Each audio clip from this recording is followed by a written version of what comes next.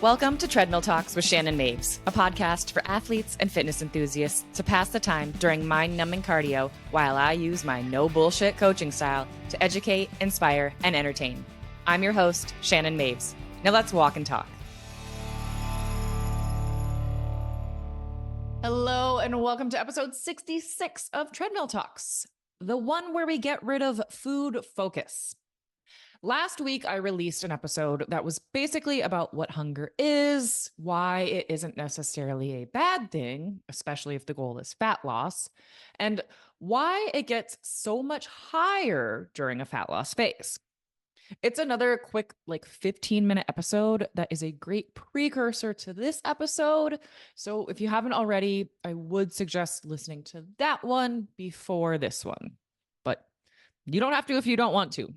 You do you, Scotty P. I'll catch you up as best as I can.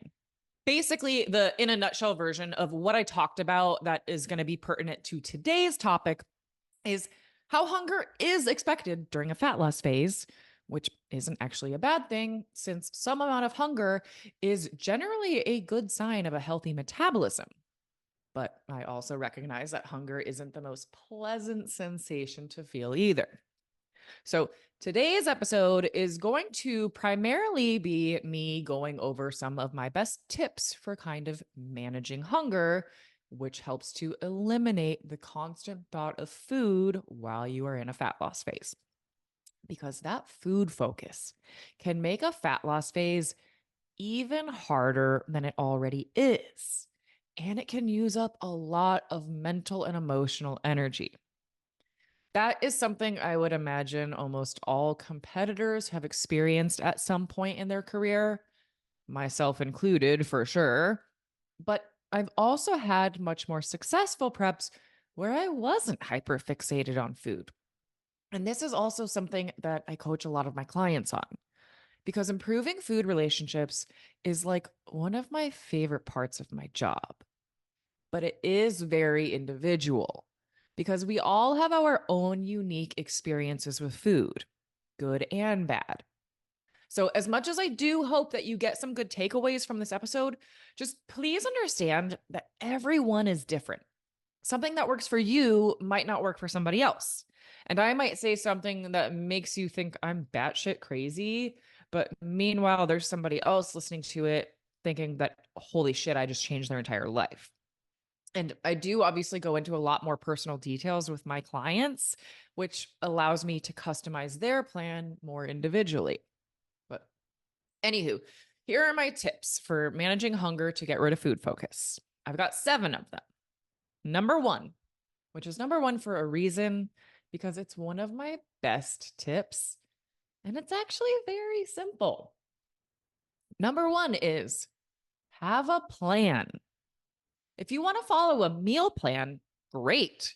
Some people find that meal plans help to eliminate decision fatigue because when you don't have to think about what you're going to cook and eat next, you free up your mind to have the energy to focus on everything else in the world. Now, I understand that a lot of people do not like meal plans because they want more variety or flexibility.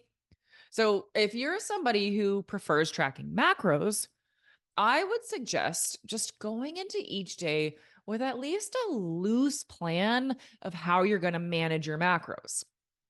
Pre-track your main source of protein for each meal, since that's typically the hardest one for people to hit, and space it out throughout the day fairly evenly to help regulate hunger levels. Then track other things that you know you're going to want to eat throughout the day. And then fill in the rest as you go with whatever works best for you on that day. When you have higher calories or macros, this method is usually relatively easy because you'll have more extra room for all of those other things. But I really like this method when you're cutting down your macros because it's typically just a matter of adjusting portion sizes for all those extra things. For example, let's say you pre-track your second meal as 4 ounces of chicken with 30 grams of rice, and you leave room for whatever you feel like adding that day. When your macros are higher, you could add bell peppers, onions, cheese, avocado, and maybe even a piece of chocolate afterwards. Then, when your macros start to get lower, you can still pre track that 4 ounces of chicken and 30 grams of rice. But maybe now you just eliminate the chocolate and the cheese to lower fats and some carbs. And you only add the bell peppers and onions and maybe a smaller portion of avocado. Having that plan in place makes adjusting to new macros a lot easier. But also keep in mind that your plan doesn't have to be the exact same every day. Chicken, rice, and veggies is my favorite example because it's three basic ingredients that can be so versatile. You can take your chicken and rice and add those bell peppers, onions, and avocado with some chipotle seasoning to make it a Mexican meal. Or you could add mushrooms and green beans instead and add some soy sauce and ginger to make it like an Asian dish. Or you could keep it fucking simple as hell and just add some broccoli and maybe like barbecue sauce. And it doesn't even have to be chicken and rice. That's just my favorite example. My point is that keeping it simple will not only make tracking easier and more accurate, but it also minimizes that mental energy that you have to spend thinking about food and what you're going to make to eat next, while still allowing you the variety and flexibility of changing up your veggies, sauces, seasonings to basically create a different meal each time. Basically, just plan ahead, because if you fail to plan, you plan to fail. And going into a busy day with absolutely no plan whatsoever while you're in a fat loss phase is setting you up to unleash the hangry monster that lives deep within all of us. Do what you can to suppress that beast. Please. It's in everybody's best interests. All right, tip number 2. This is another very simple one when you actually think about it. Unfollow food accounts. When you're not in a fat loss phase and your hunger isn't as noticeable, you don't really realize how much food is just shoved down our throats through marketing. It's always in front of us. But when you're super hungry, you start to notice it a lot more. Food is on billboards everywhere. It's on TV commercials. Hell, you'll start to even realize how many movies and shows have scenes where people are eating. It's honestly like all the time. And food is definitely on social media. So as much as you might want to support your favorite local spot or whatever, unfollow or at least mute those accounts so that they're not always up and you're not having to constantly see the stuff that you want to eat right now. Because when we're always looking at something, we're naturally going to think about it even more. So don't torture yourself looking at it even more than you already have to just by living in today's world. I know a lot of people joke about how pictures of food can become almost like porn when you're in a fat loss phase. And some people will even search for pictures or food accounts. But honestly, don't torture yourself. Food will always be there. It's not going anywhere. You know what cake tastes like. You know what pizza tastes like. Is that stuff delicious? Fuck yeah. But what good is staring at it going to do? It's just going to make you feel even more hungry and more miserable. Mute the TV during commercials if you need to, or Google recipes for foods that are delicious and fit within whatever plan you are on. But don't look up fucking Crumble's rotating menu every week. Those bastards are marketing geniuses and they know how to prey on our food FOMO. Food FOMO is the fear of missing out. And by changing their menu every week, it creates this sense of urgency. So you're like, oh my God, I have to go to Crumble this week before this cookie is off their menu. But again, you know what a fucking cookie tastes like. And even if that exact cookie won't be there later, another, even better one could come around. Which leads me to tip number 3. Don't stock up or hoard treat foods for later. Sure, you can freeze things like pizza and cookies so that you can eat them at a later date. That's not inherently like a bad idea at all. But there are two things that are very likely going to happen if you do this. One is that you're going to always be looking at those things in your freezer, or at least think about them because you know they're there. And it's going to make it a lot harder to enjoy your more nutrient dense foods when that shit is always in front of you and always on your mind. And the chances of you saying fuck it and just going for it are going to become higher as well. Now, the second thing that I see happen all the time is that maybe you were able to resist and stay on plan, and you finally feel comfortable taking those treats out of the freezer to enjoy them. So you do, and you eat them. And then you're eating them and you find out, oh shit, this actually isn't even that good. It just looked really good when I was starving, but it's actually not worth the calories or how crappy I'm going to feel later. Also, let me backtrack a tiny bit and say that a lot of those accounts on Instagram that post these ridiculous looking foods that make you go, oh my God, I have to have that, don't actually taste very good. They just look good. I'm a firm believer that the non-aesthetic, sloppy shit is usually what tastes the best. And if you don't believe me, I will send you to some of my favorite local Mexican restaurants in Tucson. There have been way too many times that I've hyped myself up for some ridiculous untracked meal in Vegas that I saw on social media, and I was so excited to go eat it. And then I have it, and I'm so fucking disappointed. It's all marketing. Motherfuckers are geniuses nowadays. Evil fucking geniuses. Ugh. Anyway, okay, there was one of my random tangents again. Okay, where was I? Oh, yeah. Don't hoard food. It'll still be there. It's not going anywhere.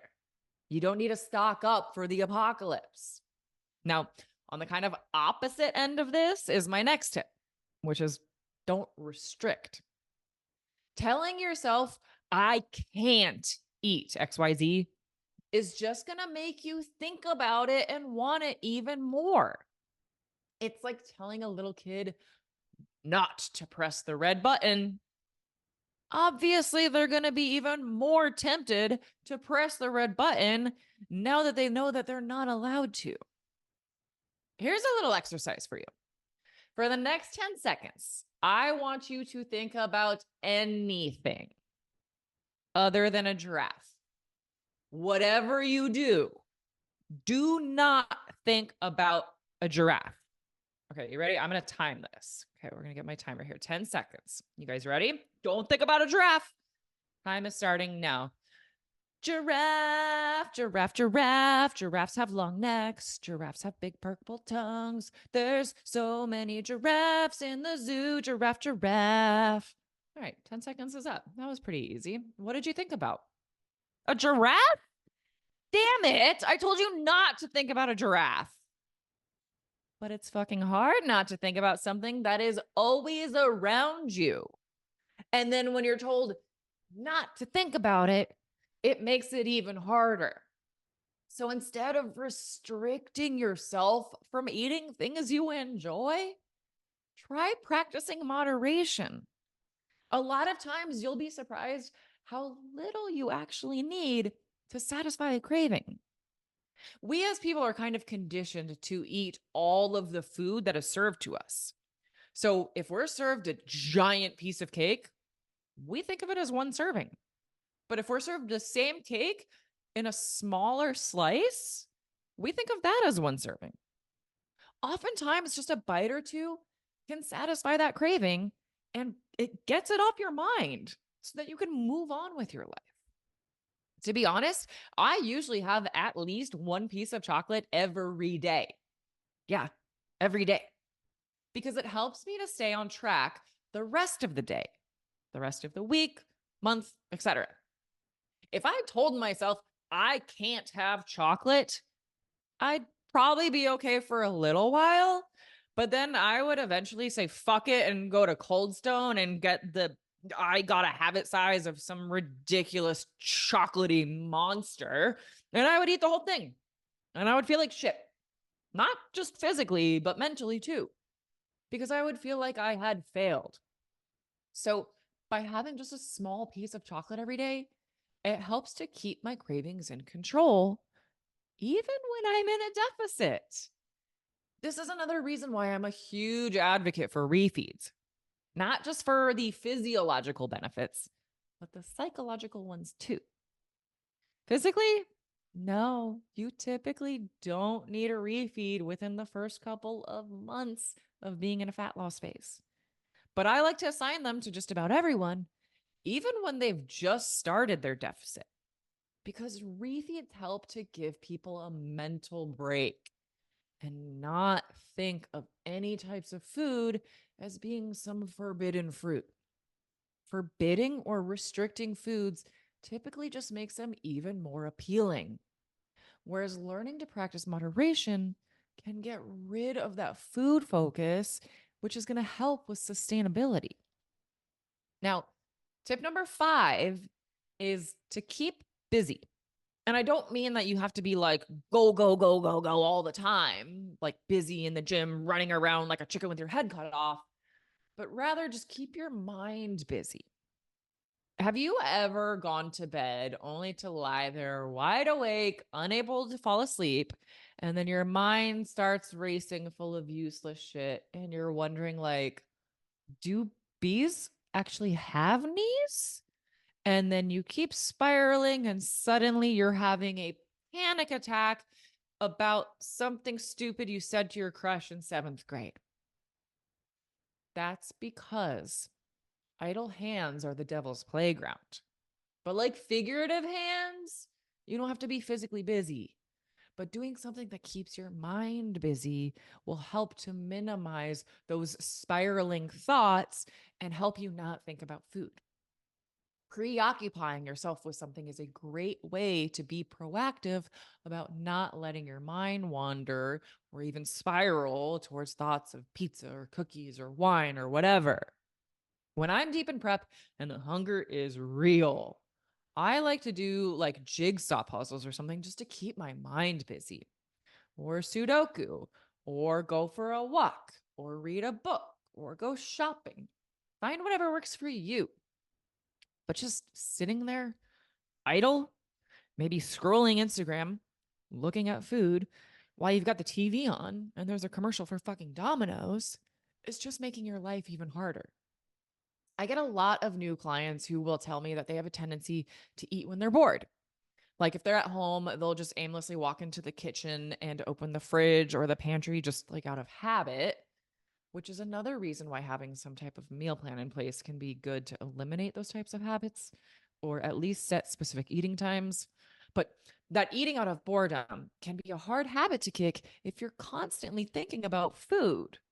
So find something to entertain yourself so that you aren't thinking about food and tempted to meander into the pantry. Tip number 6 is to pay attention to how you feel. Are you actually that hungry?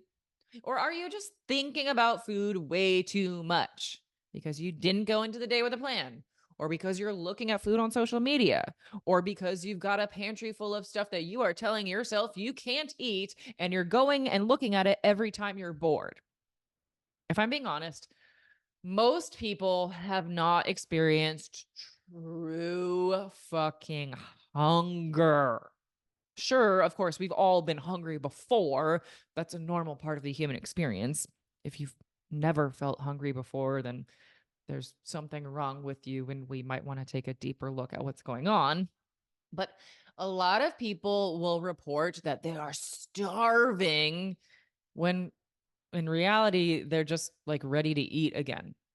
So, learning how to tap into your internal hunger cues and actually understand what your body is telling you can be very helpful in managing hunger. Sometimes, if I catch myself being stupid and dramatic about my hunger, I will literally say out loud to myself, "No, Shannon, you're not actually that hungry. Pizza doesn't even sound that good. Chicken, rice, and veggies will taste delicious if you season it right, and it's going to leave you feeling satisfied and energized without feeling weighed down, and you're going to go to bed satisfied with yourself for staying on plan, and you're going to wake up feeling proud tomorrow, which is another saying that I say to myself a lot. Make the decision you'll feel proud of tomorrow. I like this saying because sometimes I am proud of myself for staying on plan, whereas other times I'm proud of myself for living in the moment and indulging in a treat while practicing moderation. Anyway, there I go, getting kind of off topic again. We're talking about paying attention to how you feel, not just in general, but also after you eat certain foods. If you start to really take a moment to check in with yourself after eating different foods, you can start to notice what foods digest well, leave you feeling energized, help to keep you feeling full longer, etc. And this can help you make a plan moving forward so that you aren't going into the day just winging it and eating something that you later realize did not fill you up at all, therefore leaving you feeling even more hungry and focused on the food that you wish you would have eaten. Now, my last tip is a little bit of a trickier one, but if you have a coach, hopefully your coach is able to help you do this. And that is manipulate your macros. You don't have to have an exact percentage or ratio of your macros all the time. And you can structure your macros for each meal to help with hunger, which is in turn going to help eliminate the constant thought of food. Now, like I said, this one is a bit more complex, but just to give a few examples of what I mean, like if you're super hungry on your leg days, but not too hungry on your rest days, you could try like a carb or even a calorie cycle where you eat more on leg days and less on rest days. If you find yourself more hungry in the afternoons, you could adjust your macros for each meal to be higher earlier in the day to be proactive about anticipating that higher hunger. Or you can even manipulate your carb and fat ratios because fats are going to help to slow down digestion, which will help to keep you feel full longer. Different types of carbs can also be faster or slower digesting. Sometimes a bump in sodium can help reduce salt cravings. And I mentioned that a small piece of chocolate or something can reduce sweet cravings.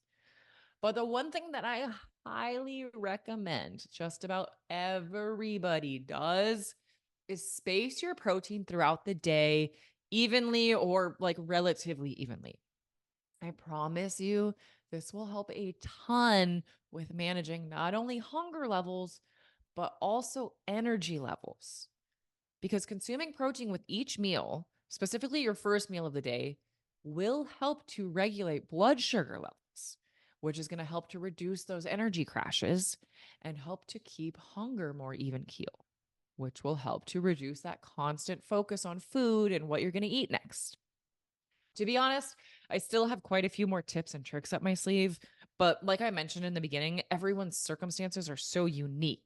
And this is something that I'm extremely passionate about helping my clients with because I truly believe that you can achieve your dream physique in a healthy and sustainable way. Obviously, if you're a competitor, this is slightly different since stage lean is not healthy or sustainable, but I hope you get my point. It's absolutely possible to improve your physique while also improving food relationships. So if this is something that you would like help with, I would love to be the one who helps you. I've attached the link to apply to work with me in the show notes. And if you wouldn't mind taking just a few seconds to follow Treadmill Talks or maybe even give it a rating or a review, that would be tremendously helpful for me to get more reach to others who might benefit from hearing stuff like this. I also love when you guys share these episodes to your social media. Just please don't forget to tag me so that I can give you a shout out right back. And with all that being said, thanks again for hanging out with me today. Thank you for listening to Treadmill Talks. If this episode taught you something, lit a fire under your ass, or at least helped you forget how long you've been walking in place, please leave a review or take a screenshot to share on your social media. Don't forget to tag me at Shannon Maves so I can give you some love right back. And thanks again for listening to my Treadmill Talk.